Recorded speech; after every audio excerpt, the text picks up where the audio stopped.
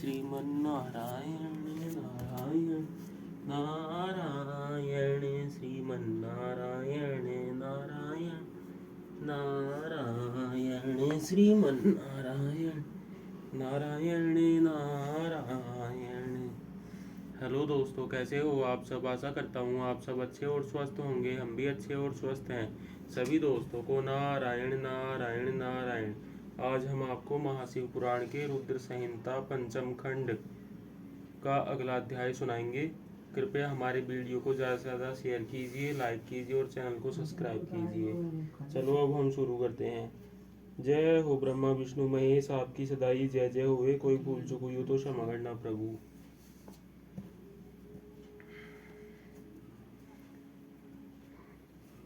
ओम नमः शिवाय, ओम नमः शिवाय, ओम नमः शिवाय। जय हो गणेश जी महाराज की जय, शिव जी महाराज की जय, माता पार्वती की जय, नंदी महाराज की जय, मूषक राज की जय।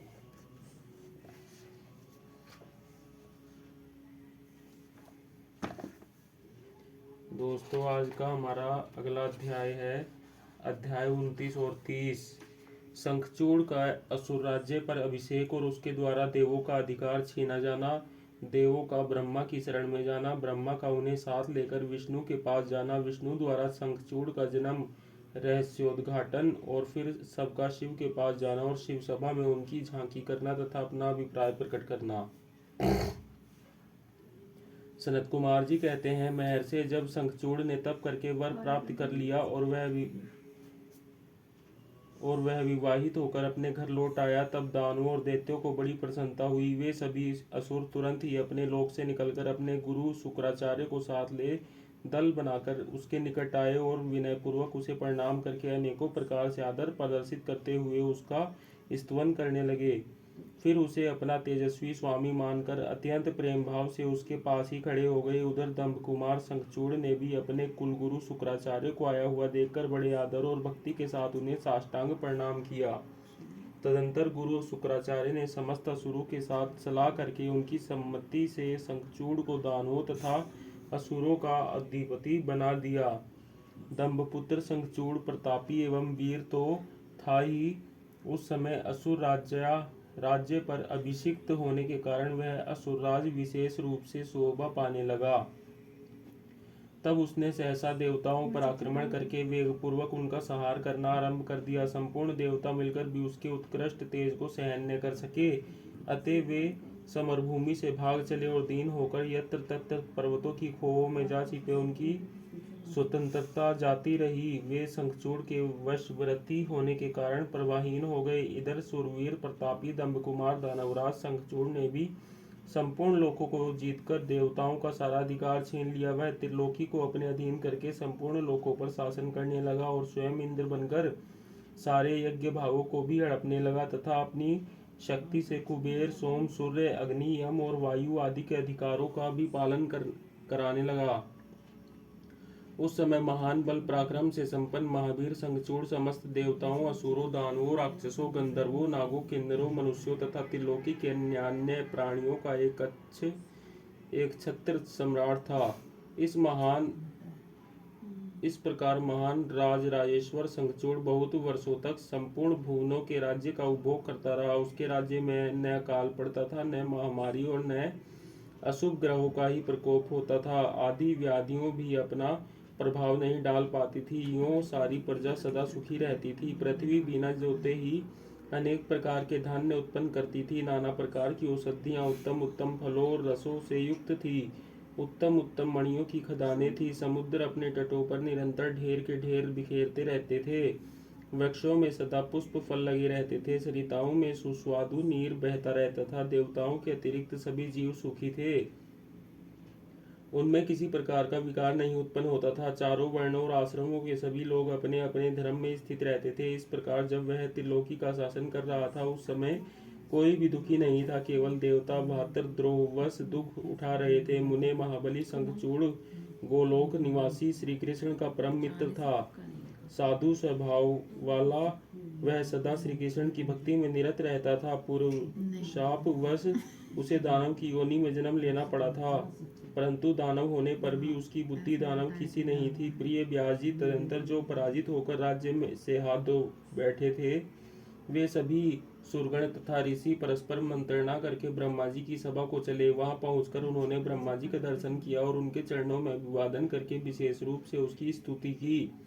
फिर आकुलता पूर्वक अपना सारा वृत्तांत उन्हें कह सुनाया। तब ब्रह्मा उन सभी देवताओं तथा मुनियों को ढांढस बनाकर उन्हें साथ ले सत्पुरुषों को सुख प्रदान करने वाले बैकुंठ लोक को चल पड़े।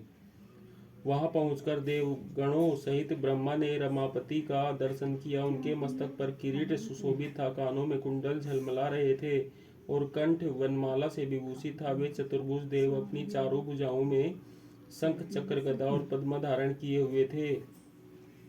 श्री विग्रह पर पीताम्बर शोभा दे रहा था और सनंद नादी सिद्ध उनकी सेवा में नियुक्त थे। ऐसे सर्वव्यापी विष्णु की झांकी करके ब्रह्मा आदि देवताओं तथा मुनीश्वरों ने उन्हें प्रणाम किया और फिर भक्तिपूर्वक हाथ जोड़कर वे उनकी स्तुति करने लगे। देवता बोले, सामर्थ्यशाली वैकुंठादि पते, आप देवों के भी देव और लोकों के स्वामी हैं। आप त्रिलोकी के गुरु हैं। श्री हरे, हम सब आपके शरणापन्न हुए हैं। आप हमारी रक्षा कीजिए। अपनी महिमा से कभी च्युत न होने वाली ऐश्वर्यशाली त्रिलोकेश, आप ही लोगों के पालक हैं। गोविंद, लक्ष्मी आप में ही निवास करती है और आप अपने भक्तों के प्राण स्वरूप हैं। आपको हमारा नमस्कार है। इस प्रकार स्तुति करके सभी देवता श्री हरि के आगे रो पड़े।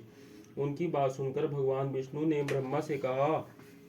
विष्णु बोले, ब्रह्मान, यह बैकुंठ योगियों के लिए भी दुर्लभ है। तुम यहाँ किस लिए आए हो? तुम पर कौन सा कष्ट आ पड़ा है? वह यथार्थ रूप से मेरे सामने वर्णन करो। सनत कुमार जी कहते हैं, मुने श्री हरि का वचन सुनकर ब्रह्मा जी ने विनम्र भाव से सिर झुकाकर उन्हें बारंबार प्रणाम किया और अंजलि बांधकर परमात्मा विष्णु के समक्ष स्थितों देवताओं के कष्ट से भरी हुई शंखचूड़ की सारी करतूत कह सुनाई। तब समस्त प्राणियों के भावों के ज्ञाता भगवान श्री हरि उस बात को सुनकर हंस पड़े और ब्रह्मा से उस रहस्य का उद्घाटन करते हुए बोले। श्री भगवान ने कहा, कमल योनि में शंखचूड़ का सारा वृत्तांत जानता हूँ। पूर्व जन्म में वह महातेजस्वी गोप था जो मेरा भक्त था। मैं उसके वृत्तांत से संबंध रखने वाले इस पुरातन इतिहास का वर्णन करता हूँ, सुनो। इसमें किसी प्रकार का संदेह नहीं करना चाहिए। भगवान शंकर जब कल्याण करेंगे, गोलोक में मेरे ही रूप श्री कृष्ण रहते थे। उनकी स्त्री श्री राधा से विख्यात है। वह जगत जननी तथा प्रकृति की परमोत्कृष्ट पांचवी मूर्ति है। वहीं वहाँ सुंदर रूप से विहार करने वाली है। उनके अंग से उद्भुत बहुत से गोप और गोपियां भी वहाँ निवास करती हैं। वे नित्य राधा कृष्ण का अनुवर्तन करते हुए उत्तम उत्तम क्रीड़ाओं में तत्पर रहते हैं। वही गोप इस समय शंभु की इस लीला से मोहित होकर शापवश अपने को दुख देने वाली दानवी योनि को प्राप्त हो गया है। श्री कृष्ण ने कहा, पहले से ही रुद्र के त्रिशूल से उसकी मृत्यु निर्धारित कर दी है। इस प्रकार वह दानव देह का परित्याग करके पुनः कृष्ण पार्षद हो जाएगा। देवेश, ऐसा जानकर तुम्हें भय नहीं करना चाहिए।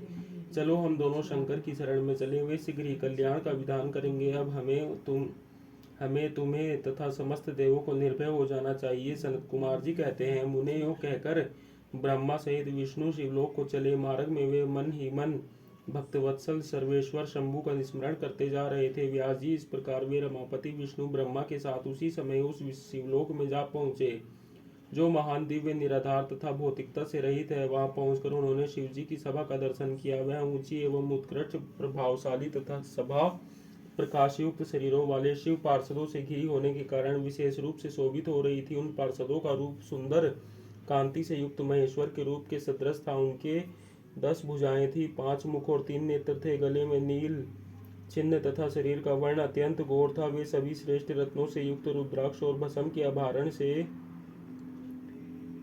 विभूषित थे। वे मनोहर सभा नवीन चंद्रमंडल के समान आकार वाली और चौकोर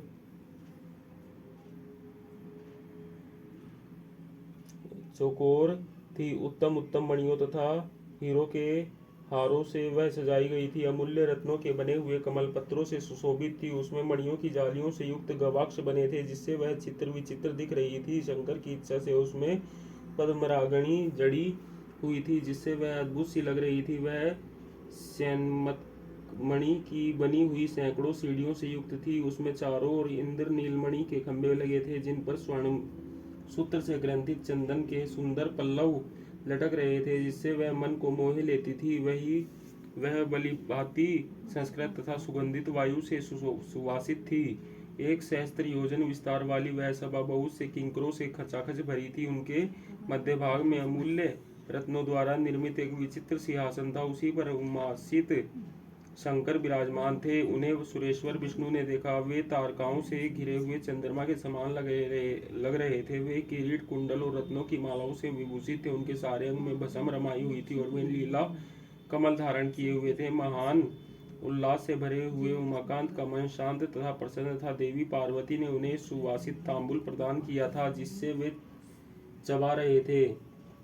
शिवगण हाथ में श्वेत चंवर लेकर परम भक्ति के साथ उनकी सेवा कर रहे थे और सिद्ध भक्तिवश सिर झुकाकर उनके स्तवन में लगे थे। वे गुणातीत, परेशान, त्रिदेवों के जनक, सर्वव्यापी, निर्विकल्प, निराकार, स्वेच्छानुसार, साकार, कल्याण स्वरूप, माया रहित, जन्मा आद माया के अधीश्वर, प्रकृति और पुरुष से भी परात्पर, सर्वसमर्थ, परिपूर्णतम और समतायुक्त हैं। ऐसे विशिष्ट गुणों से युक्त शिव को देखकर ब्रह्मा और विष्णु ने हाथ जोड़कर उन्हें प्रणाम किया और फिर वे स्तुति करने लगे। विविध प्रकार से स्तुति करके अंत में वे बोले, भगवान, आप दीनों और अनाथों के सहायक, दीनों के प्रतिपालक, दीन बंधु, त्रिलोकी के अधीश्वर और शरणागत वत्सल हैं। गौरीश, हमारा उद्धार कीजिए। परमेश्वर, हम पर कृपा कीजिए। नाथ, हम आपके ही अधीन हैं और आपकी जैसी इच्छा हो वैसा करें। ओम नमः शिवाय, ओम नमः शिवाय, ओम नमः शिवाय। जय हो ब्रह्मा विष्णु महेश, आपकी सदाई जय जय हो। कोई भूल चूक हुई हो तो क्षमा करना प्रभु। दोस्तों, आज के लिए इतना ही।